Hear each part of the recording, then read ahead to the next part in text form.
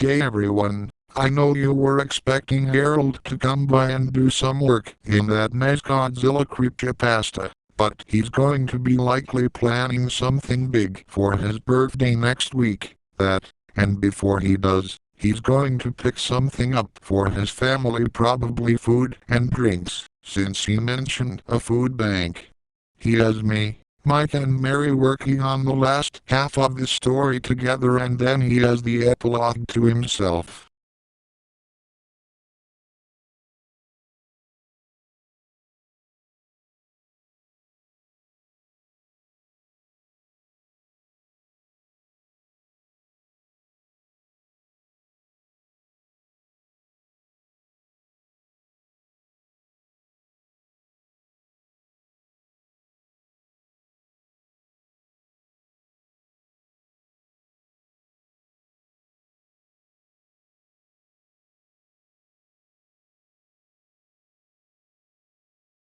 NES Godzilla Chapter 5.1 Entropy Part 1. Hope you all enjoy.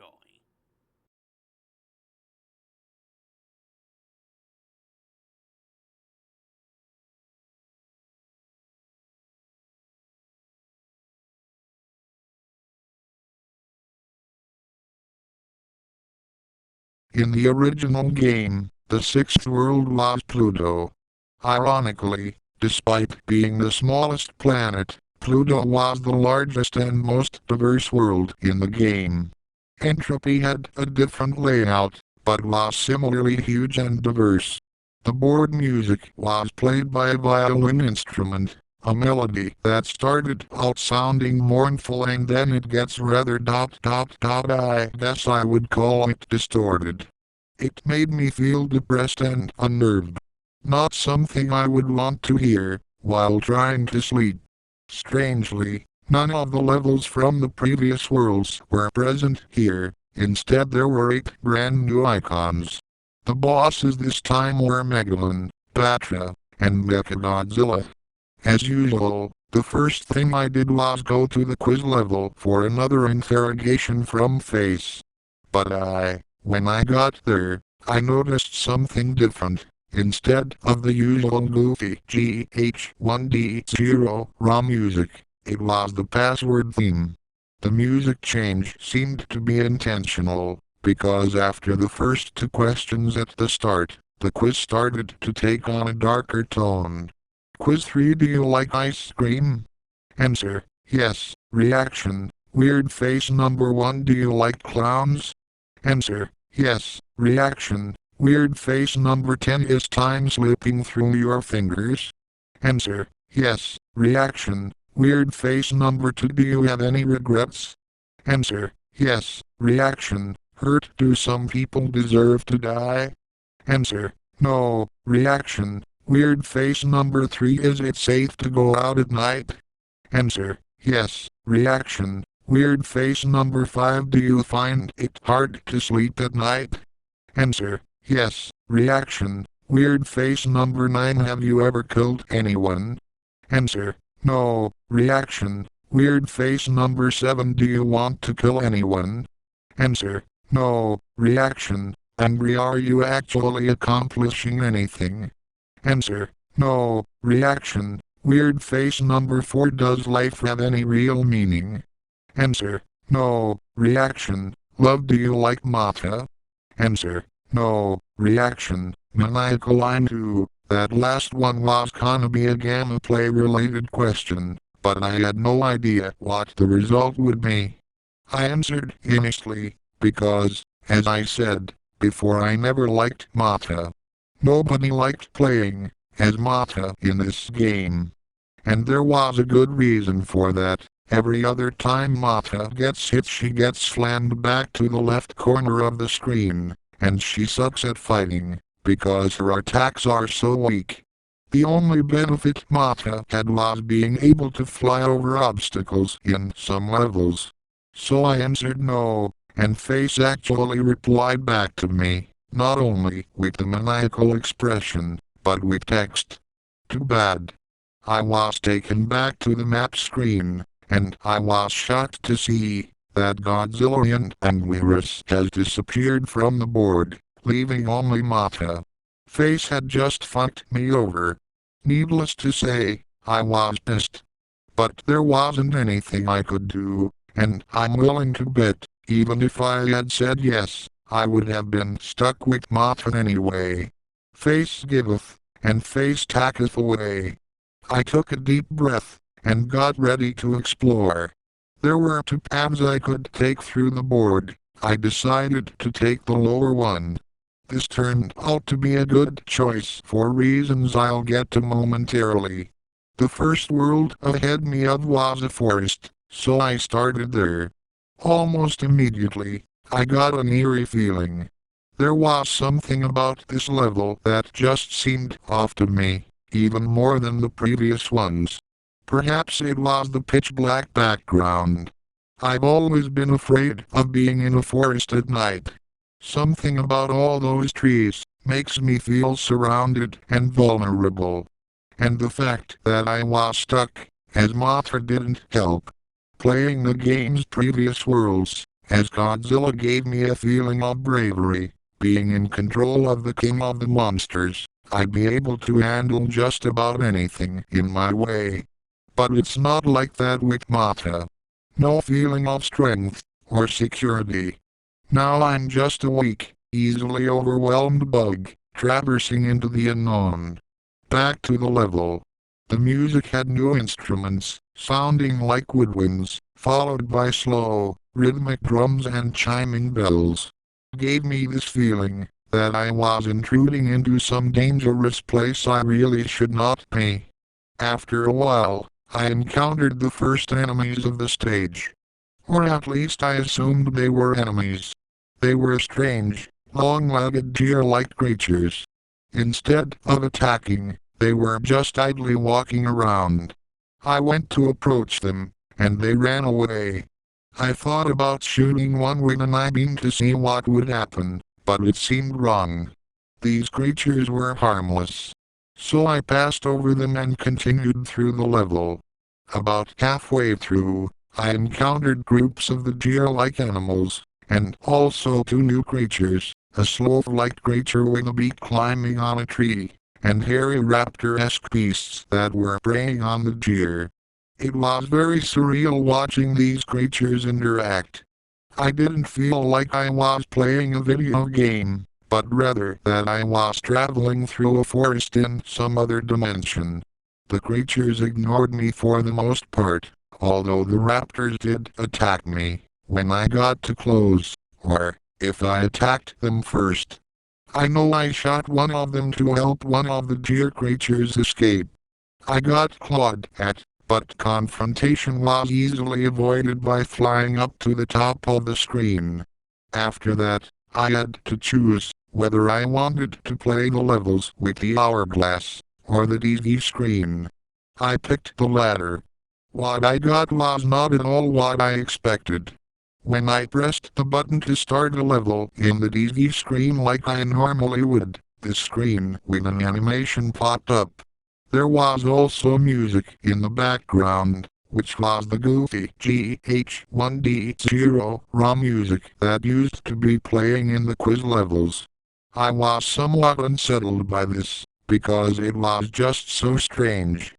I also found it a bit spooky, because I had a shirt that looked just like that when as a kid. After starting the animation, you could go back to the board by pressing any button. After that, I had know what to expect of the rest of these icons. I went to try an hourglass icon next. I was somewhat relieved when an actual level came up. It was certainly an unorthodox-looking level. All brown, with time-measuring instruments floating in the air and gigantic grandfather clocks in the background. The music was the same as the board screen. And very early in the level I encountered something else I didn't expect to see, original enemies from the game. And not just that, it seemed to be a whole fleet of them. And the yellow tanks, which were normally immobile, could now move. I took some damage, but it was nothing I couldn't handle. But the most interesting thing about this level was the colored hourglass items. There were 3 of these. A blue hourglass that made time slow down and filled the level with enemies from the past. A red hourglass that made time speed up and filled the level with enemies from the future. A green hourglass that set time to the normal speed and filled the level with the original game enemies.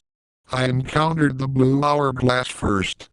As stated, the game started to slow down, and I saw the enemies from the past, which were 5 different types of prehistoric animals. I don't know much about prehistory, but I believe all of these enemies represent real animals. The level went into another segment, and I encountered the green hourglass, and then I fought the original enemies again. It was the same 5 types, so I didn't take any screenshots. But in the last segment, I encountered the red hourglass, and the enemies that must have been from the future. Now, whether or not the game was showing me 8-bit renditions of creatures that will actually exist thousands of years into Earth's future, I have no idea. But with that thought in mind, I found this particular segment to be very eerie, and it was made more tense, because everything moved faster. One of the future enemies bore a striking resemblance to something I saw in a book once, called Triton Man. Another looked like some kind of organic spaceship.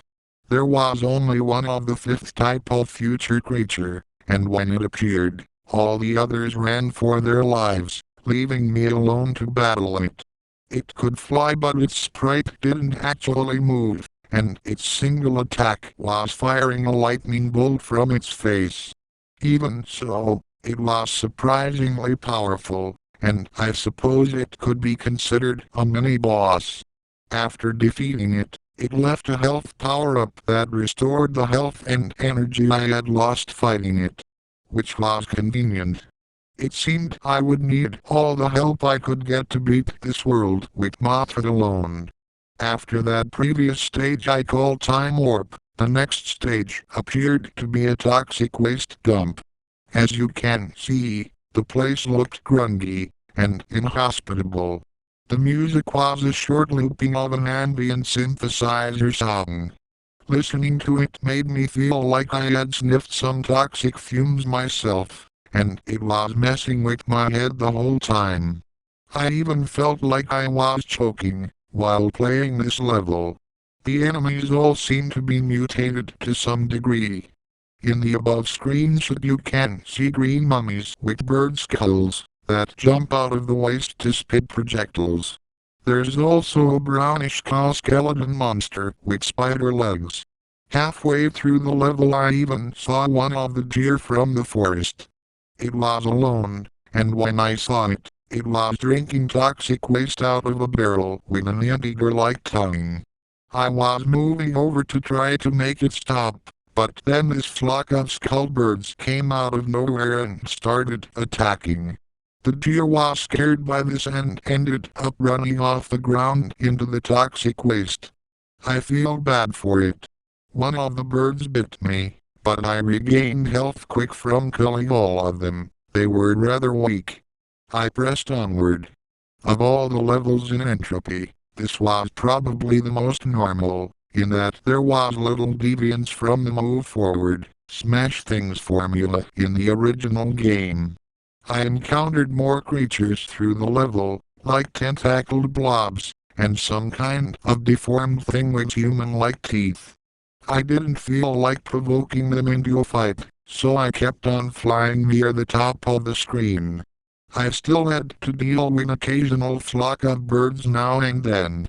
At the end of the level was a large, bluish-green lake, and there I encountered another mini-boss. Some kind of a monster with a long neck and a whale skull. It attacks with a mouth projectile, and by charging into you.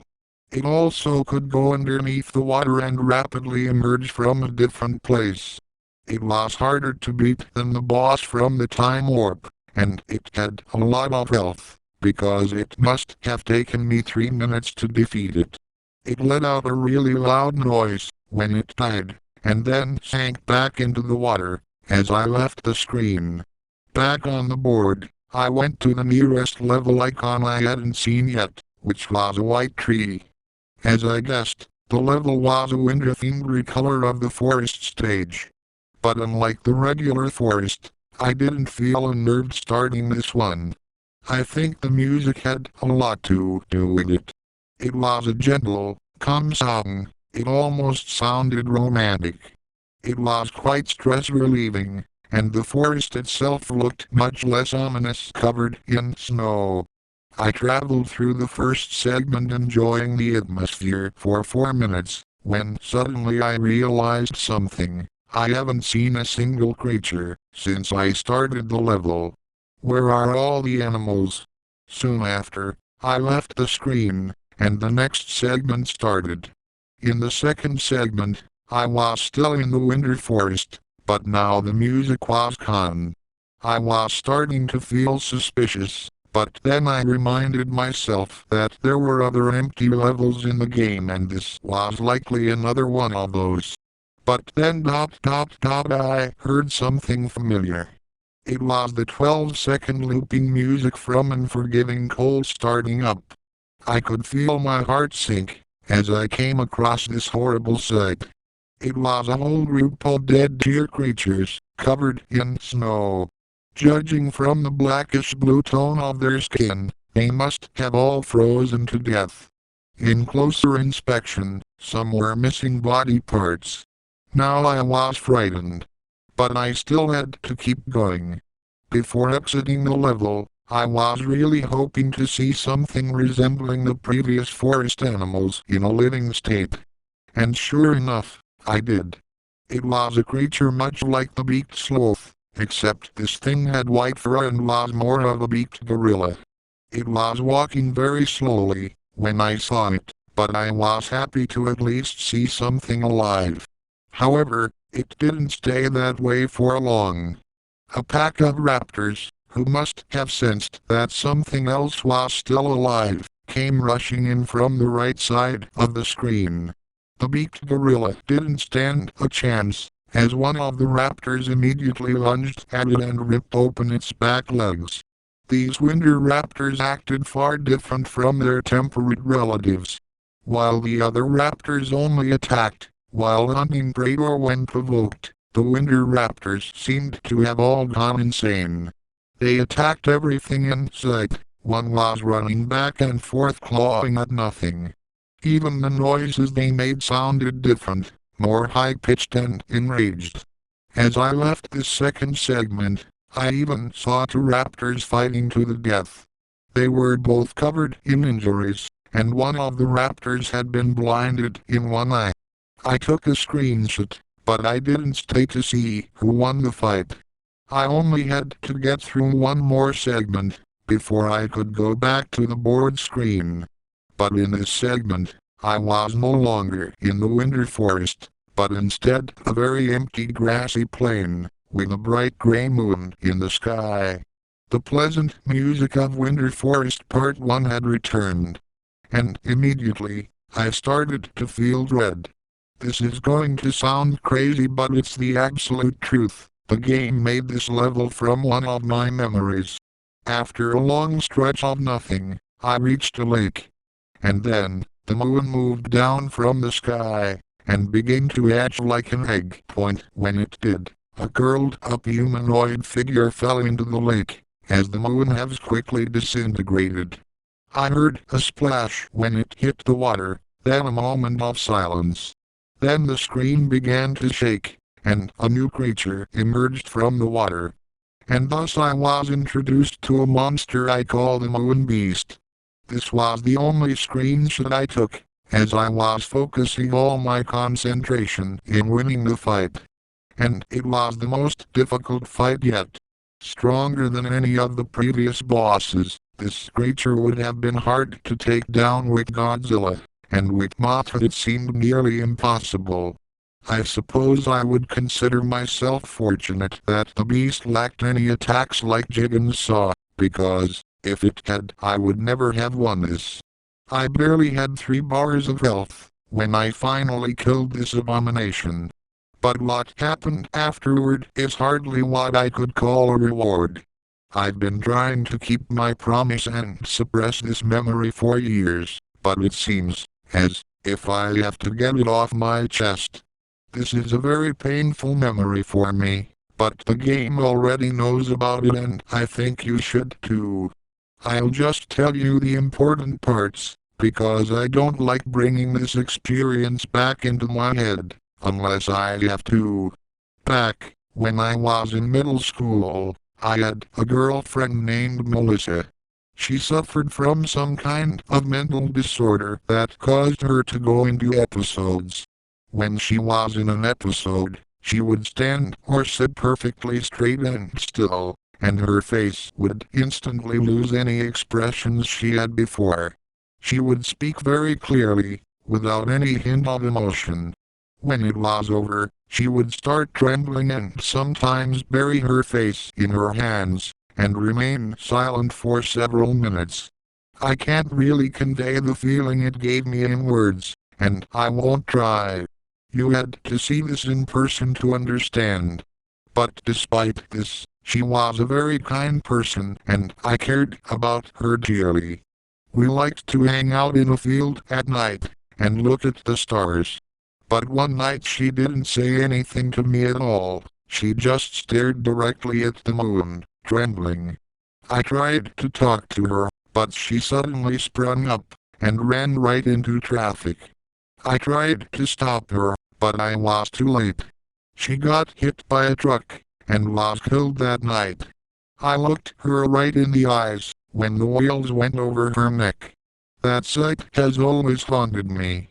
I know that the game knows about this, because after I defeated the Moon Beast, this happened. Melissa. Kill yourself.